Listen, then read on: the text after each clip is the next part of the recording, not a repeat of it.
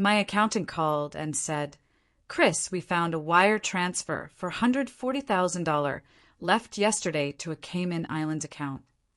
I replied, "That can't be right. I was with my family all weekend." Her voice lowered. "Exactly. That's why I'm calling you." Then I understood why my sister vanished for 2 minutes. Hook. Can you imagine getting a call that instantly shatters your world? I did. It was my accountant, and she told me $440,000 had vanished from my account overnight, wired straight to the Cayman Islands. My first thought was, impossible. My second, my sister. What the hell happened next? Hey everyone, it's Chris. I'm 33, and I guess you could say I'm the designated fixer in my family. The oldest kid, first one to leave home, first to build a company. Basically, the one who always figures it out. My mom says it with pride, usually right before she hands me another problem that isn't mine. I'm the guy who fixes Wi-Fi, buys plane tickets, and somehow always ends up paying for dinner just because the bill lands near me. Entrepreneur is really just a polite way of saying I haven't slept properly since 2019.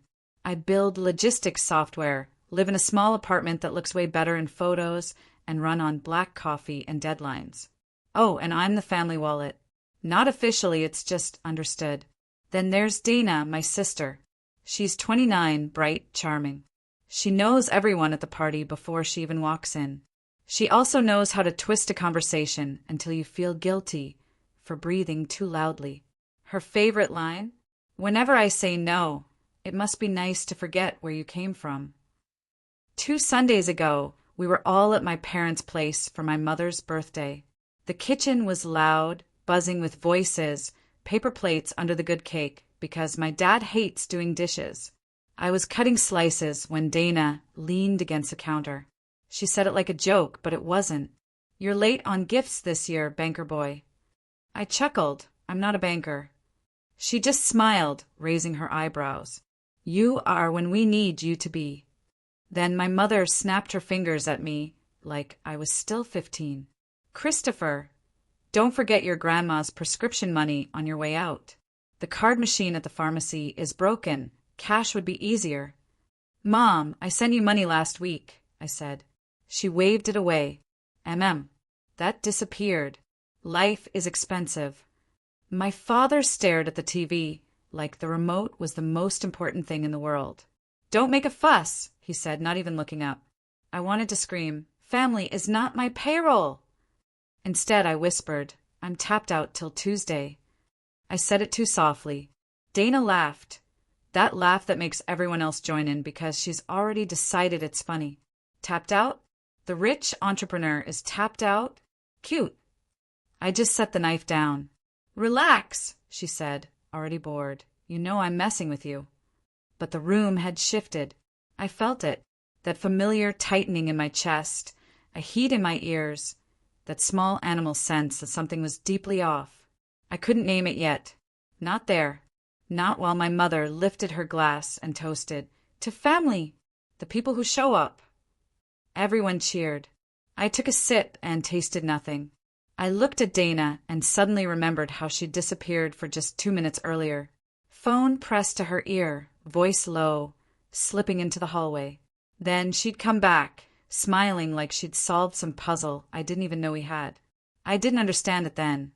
I just felt this click somewhere under my ribs, like a door unlocking in a dark house. Here's the part people usually skip in their tidy stories, the pattern.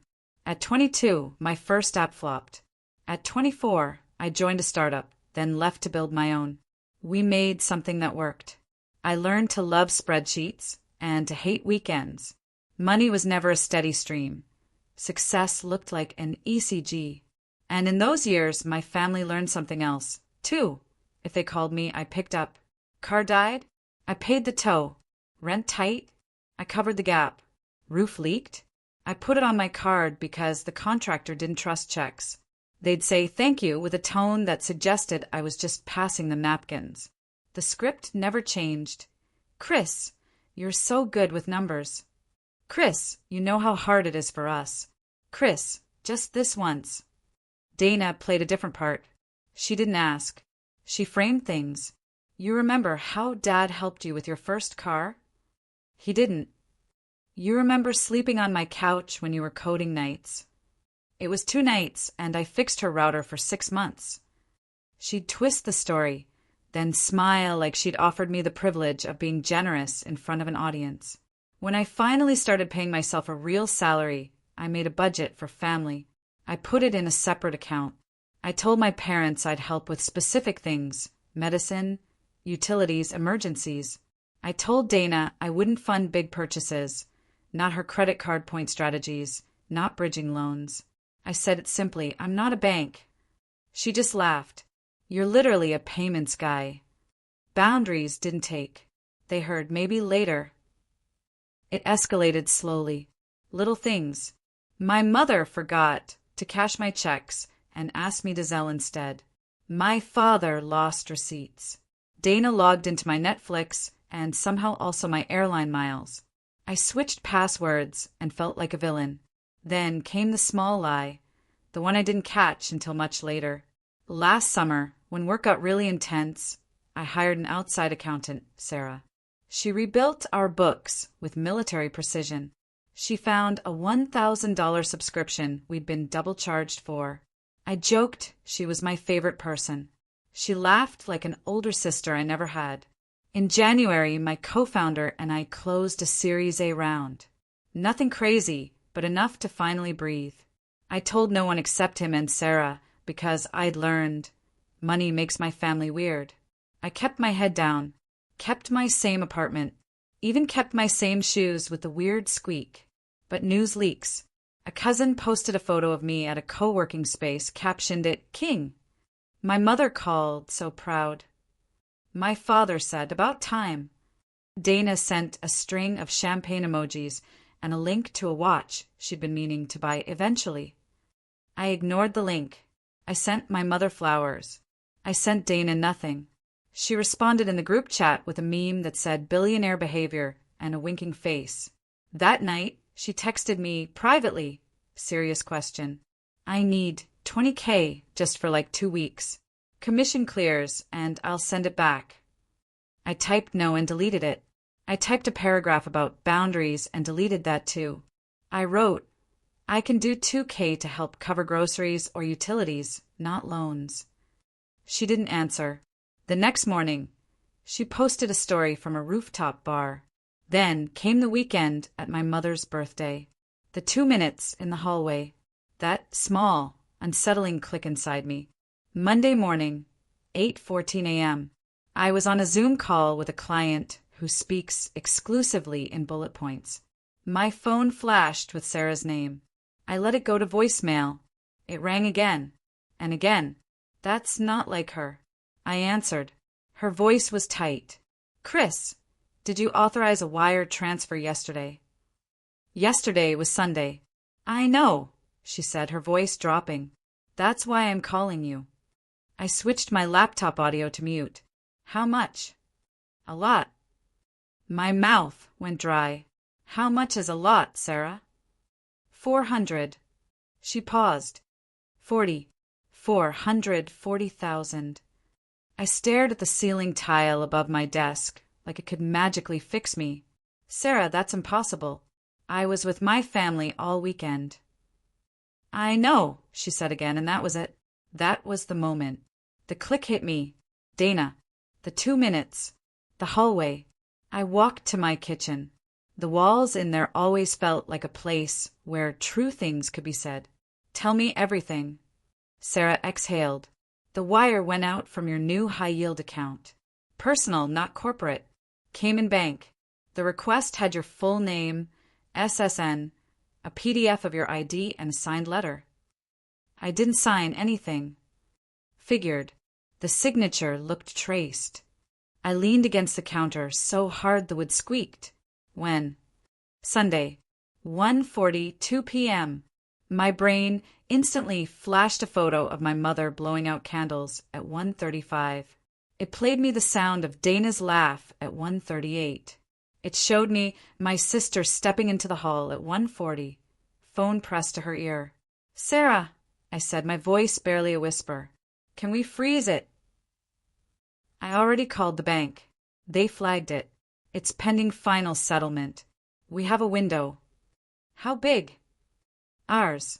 You have my power of attorney documents for corporate, not personal. I closed my eyes. Walk me through what you need. She did. I took notes with my left hand because my right wouldn't stop shaking. I opened my password manager and changed everything I could think to change.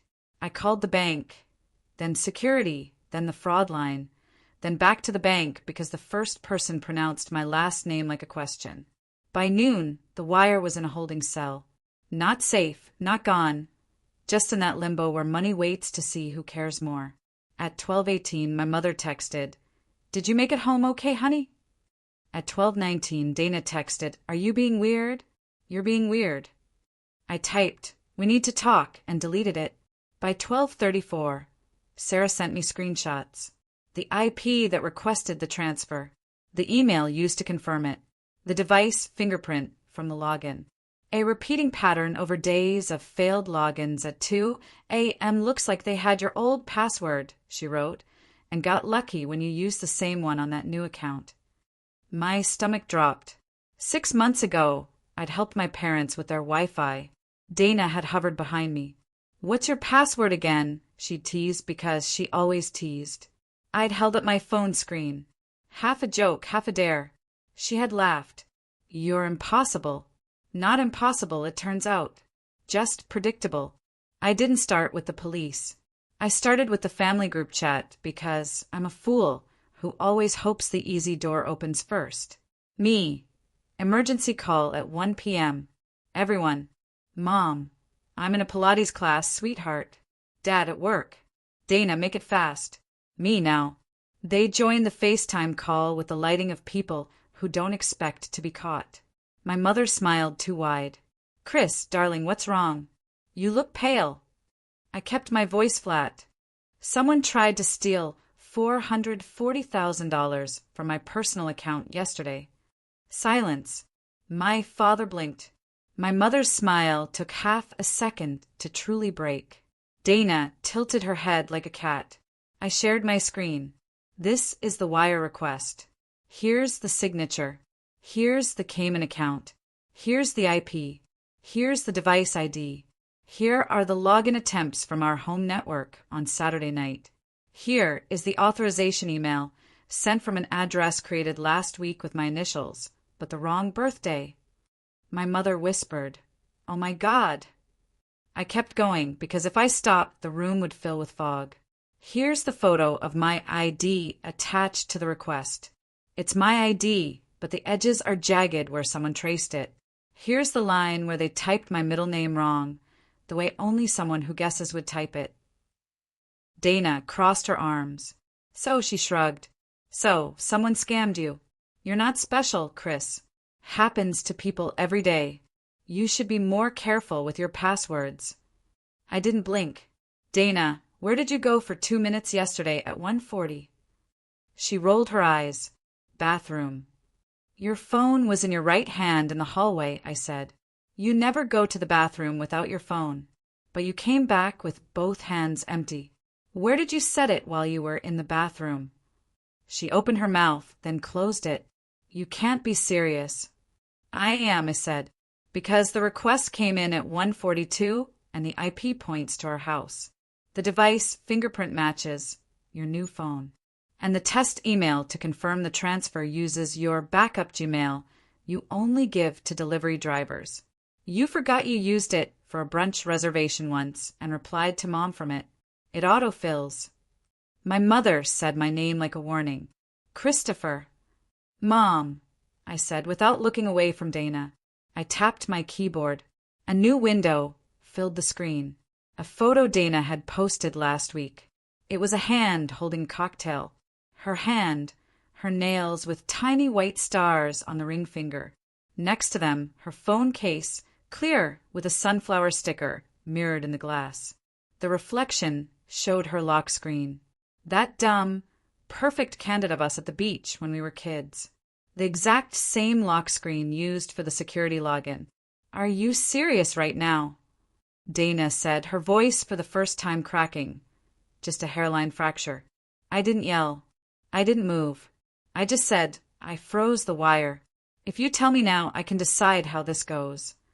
She laughed, but it was the wrong kind of laugh. Decide? You think you get to decide? You walk around with your startup and your little money and act like you're better than us, but you're not. You're a vending machine with feelings. My father finally spoke. Dana. Just her name. Not a scold, a caution. Her chin went up. I did nothing. Then you won't mind the police seeing your phone, I said. And you won't mind me forwarding the bank's fraud team the IP logs, the device ID, and the video from our doorbell yesterday that shows you stepping outside at 1:41, because upstairs is a dead spot for cell service, and you needed signal. Her eyes flashed. You went through the doorbell footage? I installed the doorbell, I said. Remember? I fixed things. My mother reached for words and grabbed the wrong ones. Chris, please. We're family. I know, I said. That's why I'm giving you 10 minutes to tell the truth before I send this to people who won't care that we are. Dana's jaw worked like a machine chewing a bolt. She looked at my father. He looked at the floor. She looked at my mother. My mother looked at me. Fine, Dana said finally. The word hit the room like a dropped plate. Yes, I set it up. I wasn't going to take all of it. It was a bridge. I was going to put it back. She tried to smile. You know how these deals work. What deals? I said, but she was already talking. I met a guy who does private placements. He said short window, guaranteed return. He said if I could get in fast, I'd double it in a week. I just needed seed. I figured you'd say no because you always say no. So you stole. I said. She rolled her eyes hard enough to see all of college. It's not stealing if I was going to return it. My mother finally found her voice, small and shaky. We can fix this quietly. We can't, I said. I froze the wire, but the bank filed a suspicious activity report. This is already real. Dana folded her arms again, lips tight. You're ridiculous. No, I said. I'm done. Something in the room snapped shut. The next 12 hours were slow and surgical. First, the bank. I forwarded everything. I authorized the fraud team to contact Sarah. I wrote a statement with timestamps. I included the doorbell video. I signed it digitally. I didn't look at my name in the signature because it felt like someone else's. Then I called the lawyer. He answered on the second ring and told me 2 things I didn't want to hear. Report it to the police now, and stop talking to your family until you have counsel on every call. I wrote both on a sticky note and taped it to my monitor because grief makes me forget simple sentences. At 3:06 p.m., I filed a police report. The officer on the phone asked questions like a metronome. I answered them like a person translating their own life into past tense. At 3:48 p.m., the bank confirmed the wire was reversed into a holding account, pending investigation. The money wasn't back. It was just visible. It would be released when the case closed. Corporate words for not gone. At 4:22 p.m., Dana texted me directly, "You're destroying my life. Call off the dogs." 5 minutes later, I didn't mean it like that. 10 minutes later, "You've always wanted to embarrass me. Then fine, do what you want." I didn't reply. At 6:01 p.m., my mother called from the house phone, like it was 1998. I let it go to voicemail. Then she sent a flurry of texts, each one like a different season. "Honey, I'm sure this is a misunderstanding. Your sister is in tears. We're your parents. You owe us kindness. Don't do this to us. We raised you. We sacrificed. Remember who helped you when you had nothing? We can make this go away. Call me now." I read them in order and felt my lungs get small. I put my phone face down and washed the same cup twice. At 8:30 p.m., Sarah called. "The bank liaison said your documentation is the cleanest they've seen. That helps. Also, you need to file an FTC identity, theft affidavit. Now, I filed it. I scheduled fraud alerts with all 3 bureaus. I thought about how adult chores are just whether you stand in because no one else can. At 10:14 p.m., a new text from my father. 3 sentences. Don't press charges. She's your sister. We'll figure out a repayment plan. I stared at the word plan until it lost its meaning. I typed no and deleted it. I typed, you should have told her no before she needed a felony, and deleted that too. I typed nothing, and I slept on the floor because my bed felt too kind. Morning made things sharper, not easier. The lawyer called at 8. They'll try to make you feel crazy. Don't negotiate via text. Don't go to their house. Don't meet alone. If they call, let it record. He paused. You okay? No, I said, but I'm not going to die. He said, that's enough for today. Around noon, my phone lit with Dana's name. I answered because I wanted to hear the version of the story she tells herself. Are you happy? She said, her voice flat. No, you ruined my life. You tried to empty mine. It was a loan, she said, and the word cracked in the middle. I didn't agree to it. She exhaled into the phone, like she could fog the truth. You were never going to help me. You like this. You like being the martyr. I closed my eyes. I like building things. I like sleeping at night. You think you're better than us. I think I'm allowed to own my money and my choices, I said. I think I'm allowed to not be stolen from by someone who knows my childhood phone number. Silence. Then that tiny voice, the one I remembered from when we were kids, and she needed me to check the closet for monsters. I panicked, she said. I'm in deep. I thought I could fix it fast. With fraud, I said softly. Don't call it that, she snapped, her voice back to steel. You always make everything sound worse. Because it is worse, I didn't say. Because it's true. That night, I wrote an email to my parents. Short, clean. I attached a PDF the lawyer helped me draft. It said, I will communicate only in writing. All financial boundaries are now formal. Do not use my name or accounts for any reason. Do not ask me for access. Do not represent me with any institution. If you do, I will treat it as fraud. I hit send and felt like I'd started a fire in a room I was still inside. Days stretched on. Work moved. The wire sat in its holding cell. The bank asked for 1 more statement, 2 more screenshots. The police asked to schedule an in-person interview. My lawyer told me not to post anything online. I wanted to post everything. The group chat went silent. Then it roared. An aunt wrote, family is messy. Forgive. A cousin wrote, I heard there was a misunderstanding. A neighbor I barely knew texted, we love Dana. Someone from high school DM'd me. My brother did this to me, too. I stopped opening messages after that. A week later, the bank released the funds back to my account. No confetti, no banner, just a balance that made me cry in my kitchen because it was mine again. 2 days later, the detective called to tell me they'd completed the report. Your sister's admitted enough that the DA wants to pursue a plea. They'll ask if you want to recommend conditions. I sat with that.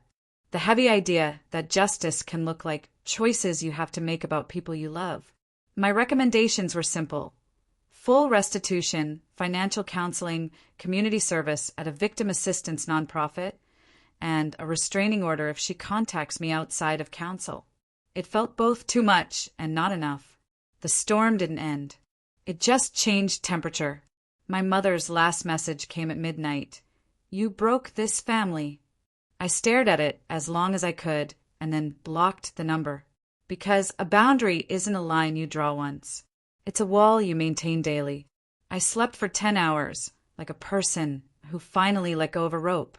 I used to think closure would look like a speech, that I'd stand up in a crowded room and say, here's every receipt, every screenshot, every time you made me smaller. That people would applaud and the credits would roll. It didn't happen like that. It happened Tuesday at 3:17 p.m. in a beige county office with a clerk who used 3 paper clips where one would do. I signed the last restitution form.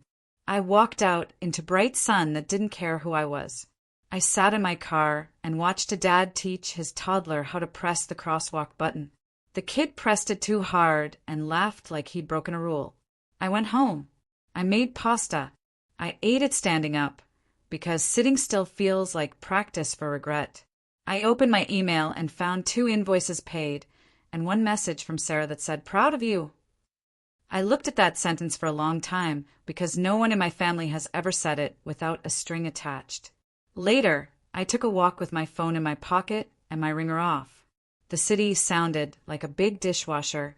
I passed a pawn shop with a sign that said, "We buy gold," and thought about all the tiny ways people trade pieces of themselves to get through a bad week. When I got back, I wrote a note for myself and taped it to the inside of my front door where no one else will see it. It says, "You are not a vending machine with feelings. You are not a bank. You are not responsible for their unfinished work. You are allowed to be generous and still say no. You are allowed to lock the door." I keep thinking about the 2 minutes Dana disappeared at my mother's party. How small the action was, how casual, how it was enough to almost rearrange my entire life. And I think about the other 2 minutes, the ones I took before I called the bank, the ones where I stood in my kitchen and let the truth land in my bones. The moment I understood that love without boundaries is just an open tab at a bar where no one knows your name. Sarah called today to close the loop. "Everything reconciled," she said. "You good?" "No," I said, then corrected it because truth is work. "I'm getting there." She laughed softly. "That counts. I don't know if my family will ever forgive me for choosing not to be used. I don't know if Dana will do the counseling seriously, or if my parents will ever say the word steal out loud. But I do know this, my accounts are mine. My days are mine. My story is mine. Next time someone in my family asks for something that costs me more than money, I'll say no and let it hang there. Not cruel, just clean. I used to think the opposite of love was anger. Turns out sometimes it's peace. So, tell me what you think. If you were me facing this kind of betrayal, what would you have done differently? Have you ever had to draw a hard line with family? I really want to know.